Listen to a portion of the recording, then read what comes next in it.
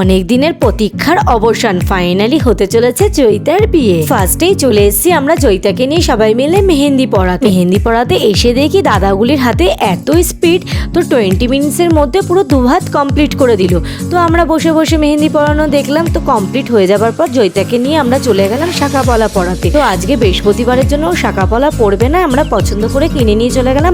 বাড়িতে এসে দেখি এখানেও সবাই মেহেন্দি পড়তে ব্যস্ত, আর আমরা কয়েকজন মিলে ততক্ষণে চলে গেলাম গঙ্গাবরণের উদ্দেশ্যে। গঙ্গাবরণ করে বাড়িতে এসে দেখি এইদিকে তোড়জোড় চলছে জয়িতার আইবুড়ো ভাতে। আর এত কিছু সব পিসি নিজের হাতে জয়িতার জন্য তৈরি করেছিল।